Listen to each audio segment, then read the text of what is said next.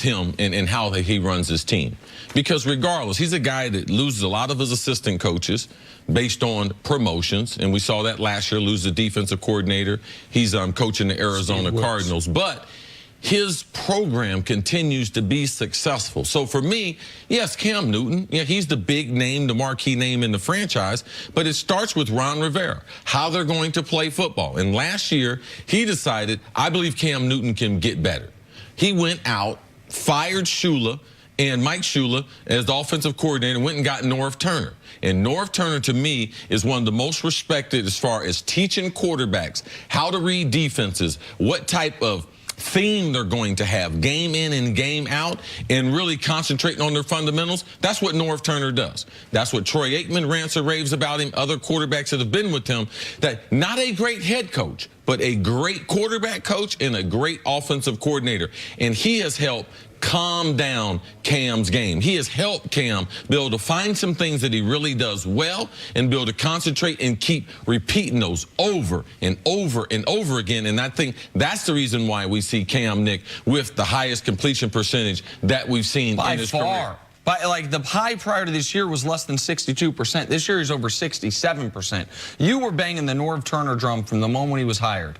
And Norv Turner, I think, more skeptical of. I know I was more skeptical of him than you. I think because what I had in my mind's eye was the head coaching stuff, where he has not been successful. But maybe I need to start looking at Norv Turner like Wade Phillips, where a guy who is not necessarily the guy you want as your head coach, but if he can be your coordinator, for Wade obviously defensively, you're going to get better. And where Cam has been awesome this year is he's taking care of the football. He hasn't had those peaks and valleys like we've seen over the course of his career. He's taking care of the football. He's still running the ball himself, but he doesn't have to run it as much because they have more of a short and intermediate passing game that can take care of that. And Christian McCaffrey has been a spectacular weapon for them as of late. Yesterday, he had 78 receiving, 79 rushing. So all of that has turned the Panthers all of a sudden. We're talking about the Saints, and we should. Panthers got 2 losses. Saints have 1, and they haven't played each other yet. They played each other twice in the final 2 weeks or the final 3 weeks of the season. So the Panthers still have everything in front of them this year. When we're breaking down the NBA, we always talk about high efficiency being shot selection and what guys do. CC, for me, with Cam Newton, explain what exactly he's changed with his decision-making that's allowed him to make this jump. Yeah, just like the NBA, I think that if you were trying to correct someone shooting, first thing you would do is find out where they're shooting from, what spots they want to shoot from, what are their good spots, and what are the bad spots. And I think that Norv Turner, he looked at all the games that Cam's played in and looked at when is Cam efficient. And what he's taken away is probably the least efficient part of Cam's game. That's throwing the ball deep down the field. So in NBA, I'm not going to limit your three-point ability, but I'm going to limit the types of three-pointers you're going to. So now, Cam, you can see a shorter, more concise passing attack. You can see the percentages going up, but it's also gone into his confidence, just like a shooter.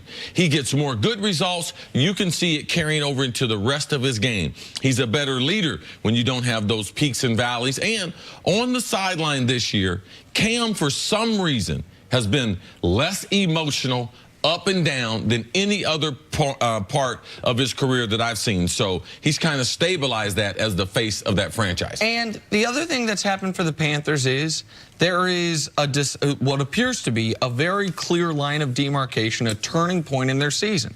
And that was that fourth quarter against Philly. They're down 17-0 in that fourth quarter against Philly, on their way to falling to 3-3. They come back from 17-0, scored 21 straight.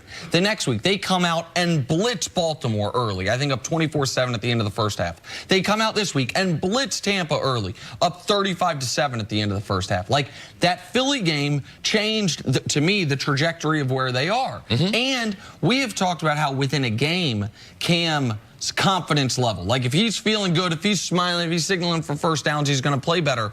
That confidence level, to me, has carried over from that comeback against Philly.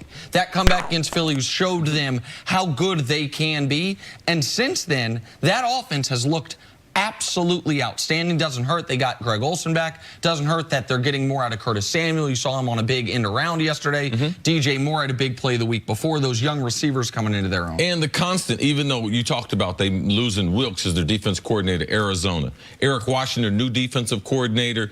He was pretty adamant several weeks ago when I talked with him about going out and getting players like Eric Reed. It really speaks to the leadership they have in that locker room. We're gonna have a theme going down the stretch. Teams trying to get better and teams saying they're wanting to win. Green Bay, they say they want to win, but how are they actually trying to get better? Carolina, they did what was best for their team. They needed a safety. They went out and signed Eric Reed. And I want to give them credit on the Eric Reed thing because they also, on their team website this weekend, did an interview with him. Because Eric Reed obviously wasn't in the league, seemingly because he was kneeling during the anthem. They did an interview with him where he talked about how his mother was active duty military. He has 10 military. They are leaning into it. They are not trying to hide who Eric Reed is and how is he paying them forward. Well, he had a huge interception in yesterday's game early, almost returned for a touchdown. He's been one of the best mid-season additions any team has made this season. They didn't have to give up anything for him. He was off there on the street. 32 teams could have signed him. That new owner in Carolina greenlit it. He's been a big addition to their team. We're going to talk about the team headed in the other direction coming up. Is John Harbaugh coaching for his job? That's next on First Things First. Nick Wright, if he brings up English, Deontay, Canty, everyone's going to be vying for that spot.